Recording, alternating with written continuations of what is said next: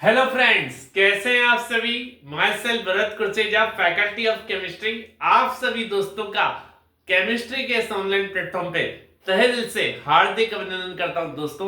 दोस्तों हमारा जो पिछला लेक्चर रहा था उसमें हमने क्लास 10 केमिस्ट्री का chapter 1 chemical reactions and equations का जो टॉपिक पढ़ा था वो था टाइप्स ऑफ डिकम्पोजिशन रिएक्शंस, जिसे कंप्लीट करते हुए अब हम यहां पर बात करेंगे आज एक नए टॉपिक की। यानी नए टॉपिक से मैं बात करूं तो यानी हम आज कुछ इंपॉर्टेंट एक्टिविटीज की बात करेंगे इस चैप्टर से रिलेटेड। वैसे तो दोस्तों इस चैप्टर में बहुत सारी एक्टिविटीज हैं, लेकिन फिर भी सारी एक्टिविटीज पढ़ने की नहीं होती हैं और सारी एक्टिविटीज हमारे एग्जाम में आती भी नहीं है। इसलिए कुछ इंपॉर्टेंट एक्टिविटीज के बारे में आज हम डिस्कशन करने जा रहे हैं, जिसमें हम बात करेंगे आज एक्टिविटी की इलेक्ट्रोलिसिस ऑफ वाटर की। यानी आज पहली एक्टिविटी पढ़ने जा रहे हैं इस चैप्टर की, जिसका नाम है इलेक्ट्रोलिसिस ऑफ वाटर। तो क्या होता है इलेक्ट्रोलिसिस ऑफ वाटर, इसके बारे में हम डिस्कस करने जा रहे हैं। लेकिन उससे पहले दिखा दीजिए अपनी धमाकेदार प्रेजेंस। गुड मॉर्निंग बोल के, हाय बोल के, जो भी बोलना है बोलिए, दिल खोल के बोलिए, पूरे जोश जुनून और हिम्मत के साथ बोलिए, क्योंकि मजा तो आना चाहिए आज के लेक्चर में, आपको भी और मुझे भी, आपको पढ़ने में, मुझे पढ़ाने में। चलिए तो स्टार्ट करते हैं इलेक्ट्रोलिसिस ऑफ वाटर के बारे में। गुड मॉर्निंग सभी को, गुड मॉर्निंग, और सभी को तहे दिल से धन्यवाद, शुक्रिया, थैंक यू, जो आप सभी इतना प्यार और सपोर्ट दे रहे हैं। चलिए बात करते हैं इलेक्ट्रोलिसिस ऑफ वाटर की। तो क्या होता है इलेक्ट्रोलिसिस ऑफ वाटर? देखिए सीधी सी सिंपल सी अगर मैं बात बताऊं तो वाटर को जब इलेक्ट्रिक करंट प्रोवाइड किया जाता है, इलेक्ट्रिक करंट की फॉर्म में उसे जब एनर्जी प्रोवाइड की जाती है, तो वाटर का जो मॉलिक्यूल्स है, जो वाटर के मॉलिक्यूल्स है, वो हाइड्रोजन और ऑक्सीजन गैस के मॉलिक्यूल्स में क्या हो जाते हैं, डिसोसिएट हो जाते हैं, डिकम्पोज हो जाते हैं। तो इसे ही कहा जाता है इलेक्ट्रोलिसिस ऑफ वाटर। लेकिन ये तो सिर्फ इक्वेशन फॉर्म है, जिसमें आप ये जानते हैं कि यहां पर इस तरीके से ये इक्वेशन फॉर्म में लिखा हुआ है कि वाटर का मॉलिक्यूल है, दो वाटर के मॉलिक्यूल है, टू वाटर के मॉलिक्यूल, जब इलेक्ट्रिक करंट प्रोवाइड किया जाएगा तो यहां पे टू हाइड्रोजन गैस के मॉलिक्यूल्स मिलेंगे और वन ऑक्सीजन गैस का मॉलिक्यूल मिलेगा। ये तो लिखने का एक तरीका हुआ, लेकिन इलेक्ट्रोलिसिस ऑफ वाटर होता कैसे एक्चुअली, इलेक्ट्रिक करंट प्रोवाइड करने पर आज इसके और डिस्कस करने वाले हम। चलिए तो करते हैं डिस्कस। देखिए ये मैंने यहाँ पे एक पिक्चर ड्रॉ की है। इस पिक्चर के अकॉर्डिंग यहाँ पर एक कंटेनर लिया गया है और इस कंटेनर में जो है वाटर लिक्विड फॉर्म में फिल किया गया है और यहाँ पे टू इलेक्ट्रोड्स लगाए गए हैं, टू ग्रेफाइट इलेक्ट्रोड्स लगाए गए हैं। यहाँ पर देख सकते हैं आप, ये टू ग्रेफाइट इलेक्ट्रोड्स लगे हुए हैं और यहाँ पर ये जो दोनों ग्रेफाइट इलेक्ट्रोड हैं दोस्तों, इनको ये यहाँ पर ग्रेफाइट की रोड लगाई गई है, ग्रेफाइट की रोड लगा दी गई है। अब ये जो ग्रेफाइट की रोड है, इनको ग्लास ट्यूब से कवर किया गया है, ग्लास ट्यूब, इनका ग्लास ट्यूब का कवर लगाया गया। तो ये ग्रेफाइट की रोड या ग्रेफाइट के इलेक्ट्रोड पर ग्लास ट्यूब लगाकर कंप्लीटली एक इलेक्ट्रोड बनाया गया है। ठीक है, तो इस तरीके से यहाँ पर यानी ग्रेफाइट की रोड पर ग्लास ट्यूब से कवर करके एक इलेक्ट्रोड बनाया गया है। ठीक है, और यहां पर अगर आप देखें तो अब इन दोनों इलेक्ट्रोड्स को, ये जो दोनों यहाँ पे इलेक्ट्रोड्स हैं, क्योंकि अभी तो दोनों इलेक्ट्रोड सेम है दोस्तों। क्यों? क्योंकि देखो दोनों के दोनों ग्रेफाइट के हैं, रोड से बने हुए हैं और दोनों के दोनों पर ग्लास ट्यूब का कवर लगा हुआ है, तो दोनों के दोनों अभी तो सेम तरह के इलेक्ट्रोड लग रहे हैं। लेकिन जब इसको एक यहां पर यूं कहें सर्किट से कनेक्ट किया गया है दोनों इलेक्ट्रोड्स को, तो सर्किट से स्टॉपर्स के थ्रू कनेक्टेड किया गया है यहां पर, और यहां पर ये अमीटर लगा हुआ है, सर्किट में ये की लगी हुई है और बैटरी से कनेक्टेड किए गए हैं। अब यहां पर जो पॉजिटिव टर्मिनल से कनेक्टेड इलेक्ट्रोड है वो कहलाएगा एनोड इलेक्ट्रोड। क्या कहलाएगा? Anode electrode. और जो इसके नेगेटिव टर्मिनल से कनेक्टेड इलेक्ट्रोड है वो बन जाएगा कैथोड इलेक्ट्रोड। यानी ये पॉजिटिव इलेक्ट्रोड हो जाएगा और ये कैसा इलेक्ट्रोड हो जाएगा दोस्तों? नेगेटिव इलेक्ट्रोड हो जाएगा। कैसा हो जाएगा? नेगेटिव इलेक्ट्रोड हो जाएगा। बात समझ में आ रही है? चलिए अब देखें यहां पर होगा क्या। तो अब यानी बैटरी से कनेक्ट होने के बाद एक बन गया एनोड इलेक्ट्रोड, बैटरी का पॉजिटिव टर्मिनल जिस इलेक्ट्रोड से कनेक्टेड है वो एनोड का इलेक्ट्रोड, और जिस टर्मिनल से बैटरी का नेगेटिव टर्मिनल जिस इलेक्ट्रोड से बैटरी का नेगेटिव टर्मिनल कनेक्टेड है वो हो गया नेगेटिव इलेक्ट्रोड। चलिए sorry cathode electrode, negative electrode क्या, हाँ मतलब नेगेटिव तो बन ही गया लेकिन नाम क्या हो गया उसका, कैथोड इलेक्ट्रोड हो गया। चलिए तो ये पूरा यहाँ पर पिक्चर ड्रॉ की गई है। अब देखिए यहां पर होगा क्या, अब यहां पर होगा ये कि जब यहां पे बैटरी के थ्रू इलेक्ट्रिक करंट प्रोवाइड किया जाएगा तो वाटर के जो मॉलिक्यूल्स हैं उनमें डिकम्पोजिशन होगा और वाटर के मॉलिक्यूल्स के अंदर हाइड्रोजन के और ऑक्सीजन के आयंस होंगे। तो यहां पर आपको दोस्तों हाइड्रोजन के H+ के और O-2 के बहुत सारे आयंस मिलने वाले हैं, H+ के और O-2 के बहुत सारे आयंस मिलने वाले हैं।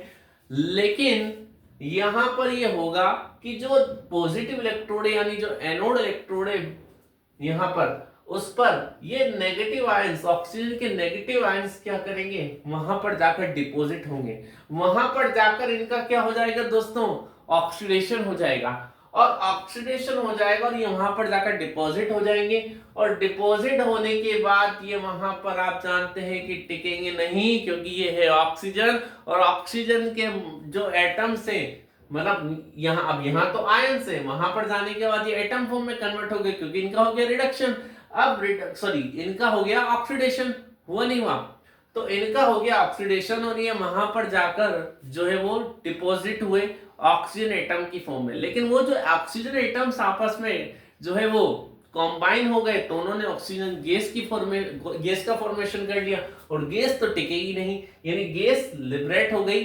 एनवायरनमेंट में। ठीक है, तो यानी एनोड पर यहाँ पे ऑक्सीजन गैस लिबरेट होती है, क्लियर है बात। उसके बाद हम ये बात करें हाइड्रोजन H+ के आयंस की, तो यहाँ पर ये पॉजिटिव आयंस अब नेगेटिव इलेक्ट्रोड यानी कैथोड के इलेक्ट्रोड की तरफ भागेंगे और भागेंगे तो वहां पर इनका हो जाएगा दोस्तों क्या, रिडक्शन, और रिडक्शन होने के बाद यहाँ पर ये कैथोड के इलेक्ट्रोड पर हाइड्रोजन के एटम की फॉर्म में डिपॉजिट होने लग जाएंगे। लेकिन एटम जब आपस में कंबाइन होंगे हाइड्रोजन के तो गैस का फॉर्मेशन कर लेंगे और गैस तो गैस है, गैस तो लिबरेट होती है दोस्तों, तो यहाँ पर कैथोड के इलेक्ट्रोड पर हाइड्रोजन गैस लिबरेट होती हुई दिखाई देगी। तो इस तरीके से वाटर के मॉलिक्यूल से हाइड्रोजन और ऑक्सीजन गैस का फॉर्मेशन होता है। तो आप देख सकते हैं कि एनोड पर कौन सी गैस का फॉर्मेशन हो रहा है, ऑक्सीजन गैस का फॉर्मेशन हो रहा है, कैथोड पर हाइड्रोजन गैस का फॉर्मेशन हो रहा है। यानी हम अगर यहाँ पे 2 वाटर के मॉलिक्यूल्स ले रहे हैं लिक्विड फॉर्म में तो हमें यहाँ पर 2 हाइड्रोजन के मॉलिक्यूल्स मिल रहे हैं अमाउंट फॉर्म में, प्रोडक्ट फॉर्म में, और 1 ऑक्सीजन का मॉलिक्यूल मिल रहा है अमाउंट फॉर्म में, प्रोडक्ट फॉर्म में। तो ये एक्टिविटी मैंने आपको समझा दी, आपको डिस्क्राइब कर दी। अब इसका थ्योरेटिकल पार्ट भी एक बार देख लेते हैं, लेकिन तब तक के लिए आप ले लीजिए इसका screenshot.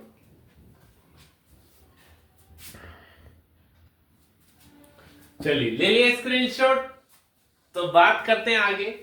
In electrolysis of water by providing electricity between 2 graphite electrodes, cathode and anode, water is decomposes into hydrogen gas and oxygen gas। यानी इन इलेक्ट्रोलिसिस ऑफ वाटर के इलेक्ट्रोलिसिस में, जैसा कि पिक्चर यहाँ पर बनी हुई मैं आपको समझा भी चुका हूँ, ठीक है, by providing electricity between 2 graphite electrodes, यानी 2 ग्रेफाइट इलेक्ट्रोड्स के बीच में जब इलेक्ट्रिसिटी प्रोवाइड की जाती है कैथोड और एनोड के between, water is decomposed into hydrogen gas and oxygen gas. तो वाटर डिकम्पोज होता है हाइड्रोजन गैस में और ऑक्सीजन गैस में। So the decomposition of water by using electricity is known as electrolysis of water. तो इसे हम कह सकते हैं कि जो डिकम्पोजिशन होता है वाटर का इलेक्ट्रिसिटी को यूज करके, इलेक्ट्रिसिटी को प्रोवाइड करके, वो क्या कहलाता है, इलेक्ट्रोलिसिस ऑफ वाटर कहलाता है।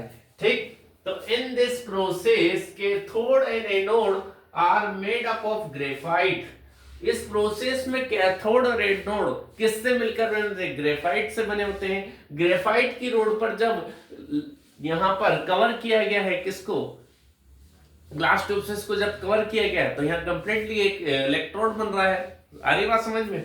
चलिए, तो पूछा जा सकता है कि यहाँ पर इलेक्ट्रोलिसिस ऑफ वाटर में कैथोड और एनोड किससे मिलकर बने होते हैं, तो ग्रेफाइट की रोड से बने होते हैं भाई।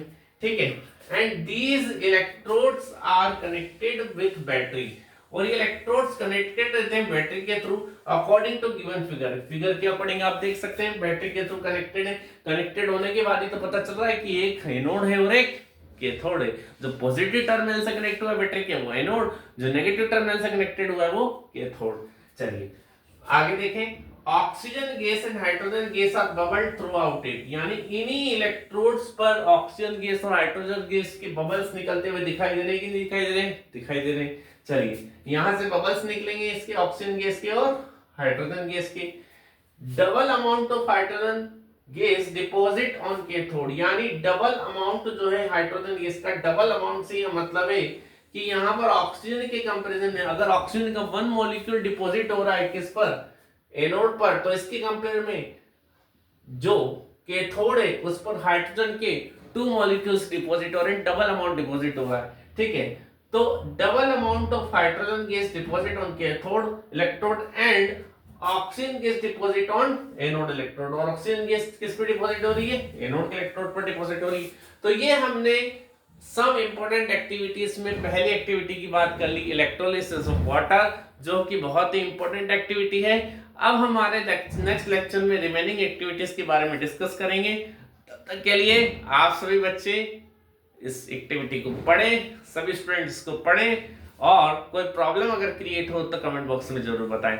चलिए, और लाइक जरूर करना, चैनल को सब्सक्राइब जरूर कर देना, सॉरी वीडियो को लाइक जरूर कर देना। देखो पढ़ाने में इतना मैं चला जाता हूं ना कि मुझे लाइक और सब्सक्राइब में भी फर्क समझ में नहीं आ रहा तो चैनल को सब्सक्राइब जरूर कर देना और लाइक जरूर कर देना वीडियो को, और शेयर जरूर करना वीडियो को उन साथी दोस्तों के साथ जो कर रहे हैं 10th CBSE RBSE English medium, किसी भी मीडियम की प्रिपरेशन। चलिए, तो मिलते हैं नेक्स्ट लेक्चर में न्यू टॉपिक के साथ। न्यू टॉपिक तो नहीं, टॉपिक तो ये रहेगा नेक्स्ट एक्टिविटी के साथ। तब तक के लिए आप बच्चों का तहे दिल से धन्यवाद। जय श्री कृष्ण।